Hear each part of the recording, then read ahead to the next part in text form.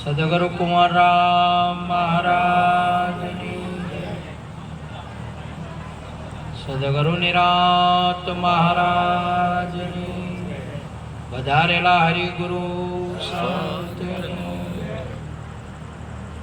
આજે પવિત્ર ભૂમિયા કાકોશી મુકામ મહારાજ શ્રી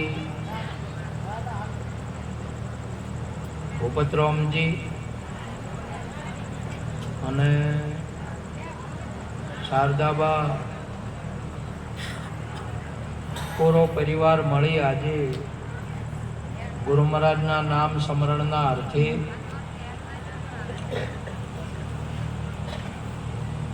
પોતાના દ્વારે ભજન સત્સંગ રાખી દૂર દૂરથી સંતોને તેડી જે સત્સંગ સેવાનો લાભ લઈ રહ્યા છે, ખૂબ ખૂબ ધન્યવાદ. ભજન સંતો ભક્તો અથવા ગુરુ મહારાજ આ એક અલૌકિક બાબત છે. દુનિયાની બાબત નહીં, ભૌતિકતાની બાબત કોઈ છે નહીં.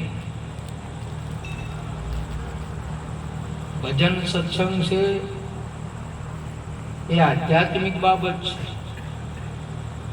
અને આ જગતની અંદરમાં તમામે તમામ આના નામના અર્થે જે કોઈ હોય એ બધું ગુરુ મહારાજના નામના પ્રતાપથી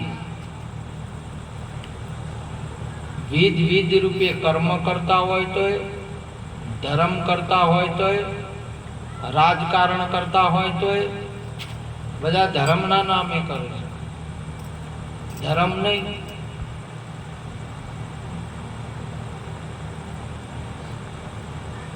ગુરુ મહારાજનું નામ મોટું છે. ગુરુ મહારાજના સાનિધ્યની અંદરમાં કેવળ આત્માની બાબત છે. પોતાના આત્માને છે તો પ્રગટ કે અપ્રગટ છે નહીં, છતાં પણ આત્માની બાબત છે, આત્માનું પ્રાગટ્ય છે. આપણે માની લીધું છે અને અનેક એવા જેના આત્માની ઓળખણ નથી, જેને ગુરુનો દેશ જોયો નથી, એના આ વાતની શું ખબર હશે? પ્રથમ પહેલા તો આપણને પારખ હોવી જોઈએ. જે કોઈ બાબત છે એની પારખ હોવી જોઈએ, પારખ જ્ઞાન હોવું જોઈએ. પારખ જ્ઞાન ન હોય તો જ્ઞાન વગર જ આપણી દિશા બદલાઈ જાય છે. અને ભજનના ઘણા બધા અર્થો ઉઠાઈને ઘણા બધા કામ કઢાવતા હોય. આમાં કામ કઢાવવાની બાબત નહીં. કોઈ નર કર્મ ઉપાસી, કોઈ કર્મના ત્યાગી, અનેક ઉપાય કારજ ના સીધે આ ઓરી વસ્તુ પણ આખી. આ તો કર્મનો ત્યાગે નહીં કે કર્મ કરવાની માથા કૂટે પણ નહીં. આ કર્મ ને ધર્મથી જે ગુરુ મહારાજનો દેશ છે એ ન્યારો છે. ગુરુ મહારાજના દેશની અંદરમાં જે આવે છે ને આ વાતને સમજે છે એને તો આ દુનિયાની અંદરમાં પીડ ને બ્રહ્માંડથી પર વાત છે. આજે બ્રહ્માંડની કોઈ વાત નહીં, પિંડની કોઈ વાત નહીં, તમારા બેન ભાઈની વાત નહીં, આ સમાજની વાત નહીં, આ ધર્મોની વાત પણ નહીં. સર્વ ધર્મ પરિત્યજ્ય મામેકમ શરણમ વ્રજ. બધા ધર્મોને છોડીને બાબત છે આજે. આપણી દિશા બદલાઈ જાય છે. પ્રથમ પહેલા એટલે મહાપુરુષે કહ્યું છે કે પ્રથમ નમો ગુરુદેવને જેણે આપ્યું નિજ જ્ઞાન. જ્ઞાન થકી ગોવિંદ ઓળખ્યા તો ટળ્યું દેહ અભિમાન. પ્રથમ પહેલા ગુરુ મહારાજને નમવાની બાબત છે, ગુરુ મહારાજના ત્યાં જવાની બાબત છે. પણ ઘણા તો તમે જુઓ વરરે વિના ક્યાં પૂંખણો મારી એની વર તો મેલીને આયા ઘેર. હવે તમારો કે તમારા સદગુરુનો કોઈ ઠકાણું છે નહીં ને તમે દિશા બતાવશો ચો જાહે દિશા આની. કન્યા વાળા તો વેલડો જોડે મોકીલાલ ને હેજા પડવા અને અડણ આવ્યું એટલે અહીંયા ઊંટડો ઈડી ગયો. સવાર ઘેર પાછા ઘેર આયા. બધાને પૂછ્યું કે કન્યા ચો છે? તે કન્યા વાળા બોમ તો કી જાત નહીં. આ જગતની અંદરમાં રખડી રખડીને થાકી જાવ એટલા માટે મહાપુરુષે કહ્યું સદગુરુ વગર કોઈ ઠકાણું નહીં. અને સદગુરુ વગર વાળાની વાતો અથવા સદગુરુ વગરનો કોઈ સંગ ના કરતા. દિશાઓ બદલાઈ જાય. આખો જન્મારો હરીને મળવા જેવો અવસર ઊંધે અમથો ખોયો. આ તો ઊંધાઈમાં તો આવા અવસર ને ખોયો. હરીને મળવા જેવો અવસર છે આ. આપણા ગુરુ મહારાજે કહ્યું હું ને હરી નહીં જુદા. તમારે તમારી ઓળખાણ કરવાની છે. તમારા સ્વરૂપની અંદરમાં તમારા રૂપમાં હરી છે. સુગમ સુગમ સાંભળ્યો વાલો સદગુરુ શિર હોય તેને દૂરમતી કોઈ દેખત નહીં કઈ બતાવું તેને. આ સુગમ બાબત છે. હાવ શૈલી બાબત છે. સદગુરુ છે જે દુર્લભમાં દુર્લભ દુનિયાને નક્કી કરાવી છે. આપણા ગુરુ મહારાજે દુર્લભ નહીં, કઠિન નહીં. કોઈ તમારા કોઈના કઠિન થાય કે કોઈ કરવું ના પડે એવું સુગમ છે. એટલે ગુરુ મહારાજ બોલ્યા છે સુગમ સુગમ સાંભળ્યો વાલો સદગુરુ શિર હોય તેને દૂરમતી કોઈ દેખત નહીં કઈ બતાવું કે નહીં. મહાપુરુષ એટલે સંતોનો મહેરબાની કરાવો તમારા પરિવાર આ કુટુંબની કોક મહેરબાની કરાવો તમે આ બધાને. આ વાયની વાતો અભળવા તો આપણે કાયમ તમે સોજ કે સંતોને તેડાયા છે તમે તો સંતોની વાપરો દિમાગ લેન તૂટી જાય. હવે વાત તો અમારે નીકળે નહીં. પ્રભુ તમારા ઘેર તમે બોલાયા તમારા કુટુંબની તો તમે દાયડી નહીં વાપરતા. તારી હગા વાલા કુટુંબ પરિવાર તો દાયડી રચા પચા રોજ છો કે સંતોનો વાપરવા બોલાયા છે તો સંતોનો વાપરો હમણાં જતા રહ્યા. હમણાં જતા રહ્યા ને એમાં વળી તમારે લગારે વધારે ઉતાવળ હોય તો તરતે જતા અને તમારો અવસર આવેલો ને અવસર જે રોપ્યો છે એ અવસરનો લાભ લેવાનો છે. બા આ સોનેરી તક કહેવાય. આ અવસર આવ્યો એળે ન જતો રહે. તમને સંતોની વાપરવાની એની ખબર જ જો પડી છે. ન્યાહાળમાં ભણેલું હોય ને અને તમે કાકોશી વચાવવું હોય તો કોણ વચી શકે?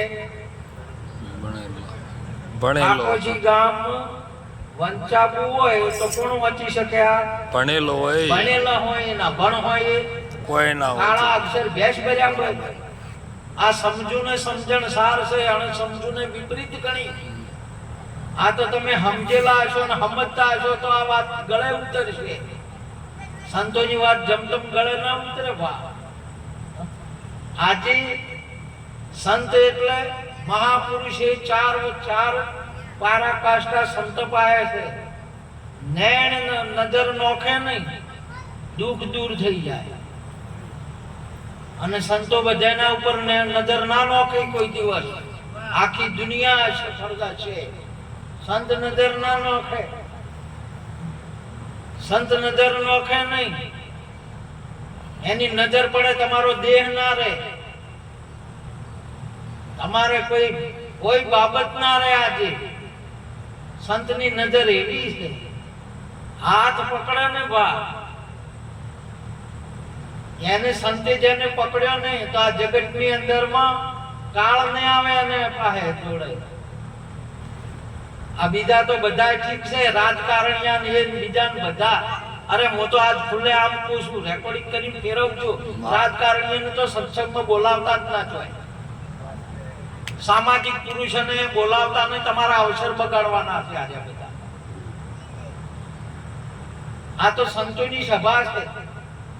આખો સમય રાજકારણી ના લો તમે, અને પછી એ રવાનાનું અભળવા વાળા એ રવાનાનું બધા આશી પછી બોહડે સડો ને આશી તમારે એ કરવું જ હોય તો બસ સંતોને બે અલગ અલગ પ્રોગ્રામ રાખો, ભેળા ના રાખો. આ ભેળ છે.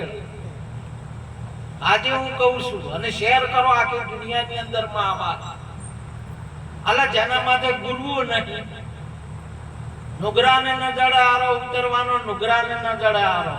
નુગરાના દર્શનથી દોષ ઘણો લાગે, એ દોષ ના નિવારણ કરી શકે. જેના માટે ગુરુ નહીં, એને તમે સંબોધન કરવા આલો છો, એને તમે સ્વાગત ને એને આસન આલો તો આ જગ્યાનું શું થાય, આ ભૂમિકાનું શું થાય? આજે ભલે ને સરકાર રહ્યા, મોદી સરકાર રહ્યા કે કોંગ્રેસ સરકાર કે ભાજપ રહ્યા, સંતો પાસે નહીં, સંતોની જબામાં નહીં.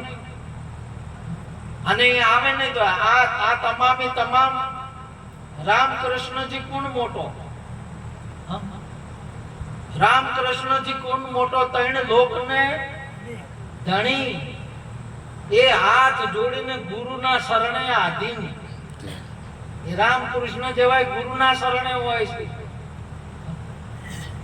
જો ગુરુઓ બેઠા અહીંયા રામકૃષ્ણ ઉંકારા નહીં કર્યા, તમે હવે રજવાડા આ બધા વાકે એને બધું આલો સંબોધન. હું ઓરું ન્યાકળે એ પછી મોયના ઉતરે કહીએ. સંતનો એક શબ્દ હશે કાફી થઈ ગયો ને એ ઉતરશે તો કલ્યાણ થાય, બીજા કોઈનો નહીં થાય.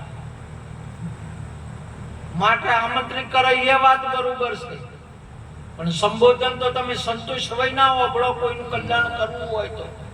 અને આજે નહીં, આ જગતની અંદરમાં સંતોએ જ કામ કર્યું છે. અને સંતોનું જેને હોબળ્યું છે ને એ જય રામકૃષ્ણ થયા. રાજકારણીઓના નહીં થયા, સામાજિકના નહીં થયા. એ તો વાતો બીજી, એ ભૂમિકા એની જો હોય ન હોય. સંતોની જગ્યાએ ના હોય. સંતોની જગ્યાએ તો હવે સંતો પાસે બેસતા નહીં આવડતું. તમે મેં જોયું કેટલાય વખત આખી જિંદગી અભળાઈને રવાના. તો અભળાવા કે અભળવાનું આમ કે સંતોષ કલ્યાણ નહીં, તો બેસનું અભળવા સંતનું રવાના ચો થવાનું છે. આ જગતની અંદરમાં સંત આઠે પોર દિવસ ને રાત ભોગ સંત આપે છે. એટલે તમારા પાસે ટાઈમ જ નહીં તો ટાઈમ બગાડવા આવો છો. તમે શું કરવા આવો છો? ટાઈમ નહીં, ટાઈમ બીજાનો બગાડવા આવો છો. આ એકદમ સત્ય વાત છે. જેને કેવું હોય કે શેર કરજો આખી દુનિયા. અને જો સુધી સંતનો આજે તમારા ભાયક, આપણો ભાયક છે, સંતો પ્રગટ થયા આપણા સમાજની અંદર. અને સંતોએ તમામે તમામ ચોરી, જારી, મોજ, દારૂ ને જુગારને નિષેધ જ્યારે અમને વિદાય આપી હોય તો સંતોએ આપી. આજે જેના સંતોના શરણે ગયા, આ સંતોએ, આ ઠાકોરો નહીં, પટેલો નહીં, બ્રાહ્મણ નહીં, ક્ષત્રિય નહીં, આ સંતો થયા. એ સંતોએ સંતનું સ્વરૂપ બનાવ્યું. કોઈ સામાજિક પુરુષો નહીં બનાવ્યું, કોઈ રાજાઓ નહીં બનાવ્યું. આજે બધા રાજાઓ હોય સંતોના શરણે આવી અને આત્માનું કલ્યાણ કર્યું છે, મોક્ષની પ્રાપ્તિ કરી છે. માટે સંતોને સેવવાના અને સંતોને વાપરવાના. હાથ પકડશે ને સંત ભાઈ, રાજા મહારાજા તો નહીં પણ કાળ નહીં આવે. એ હાથ પકડે ને એનો હાથ કોઈ છોડે નહીં. કે નહીં તો તમે તો ગમે એના રાજા થઈ જાઓ ને તો કાળ તમને પતાળમાં તો ગાડી લઈ જાય. આગેવાન થાઓ સમાજના ને તો કાળ નહીં છોડે. અને સંત જેવો પકડશે ને કાળ નહીં. જોઈ લો ને તમે, સુગ્રીવ પેલા અહીંયા ગયા હતા એટલે વાલી અહીંયા નતો જઈ ગયા તો સુગ્રીવ બેઠો હતો. અહીંયા ના જઈ ગયો, કાળ અહીંયા જઈ શકે નહીં. સંત જો બેહાર અહીંયા અને અહીંયા રોમ અહીંયા હેજા હેજા અહીંયા રોમ આયા. જોઈ લો પ્રમાણ તમે. રામાયણ શાસ્ત્ર પ્રમાણ પૂરે છે. માટે એટલા બધા આજે તમે તમારા સ્વરૂપને ઓળખો તો તમારાથી વિશેષ કે અવિશેષ તમને કોઈ લાગશે જ નહીં. તમે બીજાઓને વિશેષ સમજ્યા છો. થોડો ભણેલો હોય તો તમે એને વિશેષ સમજ્યા, થોડો પૈસા વાળો હોય તો તમે એને વિશેષ સમજ્યા, અને તમારી જાતને તમે નેતા સમજો છો, અલ્પ સમજો છો. તમારું સ્વરૂપનું તમારો પ્રગટ છું તો મહાપુરુષે કહ્યું સંતો પાસે ગયો તો તમારાથી વિશેષ કોઈ નહીં જગતની અંદરમાં. એટલે મહાપુરુષ બોલ્યા, આપણા ગુરુ મહારાજ બોલ્યા, ડાકોર વાળા ઠાકરા તમે સરખી નહીં. ગુજરાત દેશ પાવન કર્યો જય જય શ્રી રણ છોડ. તમારા સિવાય બીજો કોઈ નહીં. તમારા જોડમાં શું હોય? બીજો કોઈ નહીં. એ આપણા ગુરુ મહારાજ પણ એક બોલ્યા, અમે હે યોગી અલખનાદિ પાર બ્રહ્મ છે હે પારા, વિચપત પરલો નહીં અમારે જાણે કોઈ એક, હમ સરીખા હમકો બીજા સર્વે કોઈ નહીં તમારા સિવાય. હે અર્જુન, તારા સિવાય બીજો કોઈ નહીં. જગાડ ને તારી જાતને, તારા સ્વરૂપને તું ઓળખ નહીં. આ તો તમે એક ઢેકણો પણ માસ્ટર આવે તો કે માસ્ટર આયા, માસ્ટર આયા, માસ્ટર આયા. એક સુખી માણસ આવે તો સુખી આવ્યો, સુખી આવ્યો. જો ચીડી ચીડી ચીડી ચીડી. આ તો બધા ભંગુ ભજે એ નર સુખી, હરી ભજે એ નર સુખી. રાજા દુખી, પ્રજા દુખી, સબ સંસાર દુખી. એ આ ચીડી મરી મરવાના અને ખાવા પીવાના ને સગવડની મોય પડ્યા છે. આ તો ભજન તો તમારે તમને સમજાઈ જાય ને. હે હાથી ન માગું, ઘોડા ન માગું, ના માગું રાજ ને પાટ, જોડી દંડો મારે મોકલો હું ઘેર ઘેર માગું, ભીખ બીજું કોઈ ના માગું રે. ચાર વજનની જોટ રોણા કોઈ ના માગું. માગવાનો આ જગતની અંદરમાં જોઈ લે ને, માગવું હોય તો જોઈ માજી જો. ધન ધન ગુરુજી ઘેર આયા છે ને જે જોઈએ એ લાયા છે. અને તમારે તો આ માજીનું અને મળશે ને એ નાશવંત છે, એ શાશ્વત નહીં. એટલા માટે મહાપુરુષે કહ્યું છે, હે તું માયાનું વિભાજન કર, શેષ વધે તે ઈશ્વર છે. આ જગતની અંદરમાં જેનું વિભાજન એ તમામે તમામ નાશવંત છે, અને જે વધે છે એ ઈશ્વર છે, એ શાશ્વત છે. એ તમારે કદીએ ના થાય. કોઈ તમારો કે તમારા આ થાય સુખી થાવ ઢેકણ પૂંછડન શું એની વાત. મહાપુરુષે કહ્યું કે આવા આવા તો જન્મ માતા પિતા તમને મળશે 184 માં વારંવાર. ભલે ગધાડો બાપ હોય કે ભલે ઘોડો હોય કે ગમે તે પણ મળશે, બાપ તો મળશે અને માયા મળશે તમને 184 ની અંદરમાં. ગુરુ સેવા બંદગી નહીં મળે દૂજી વાત. તમારા માણસના અવતારમાં આ સમયની અંદરમાં ગુરુનો સત્સંગ આમાં મળે, ભજન આમાં મળશે અને સેવા સંતોની આમાં મળશે. બીજામાં નહીં મળે. ધોબલા જેવા આશીના જેવા પગશી તો આ સંતો આયા એની ખબર નહીં પડે ને પગે સંતોના નહીં થઈ કે આ પગ સંતો પાસે જઈ શકશે. ઉપડા જેવડા કોને છે તો એ સત્સંગ નહીં વાપરી કે આ રહે તમારા કોને સત્સંગ આપણા છે. ધોબલા જેવા ડાળા જેવા હાથ હશે તો એ સેવા સંતોની નહીં કરી કો હોમ કરી કે હો. માટે મહાપુરુષે કહ્યું છે કે આ તો છોડો આવો બધો. આ તો પેલા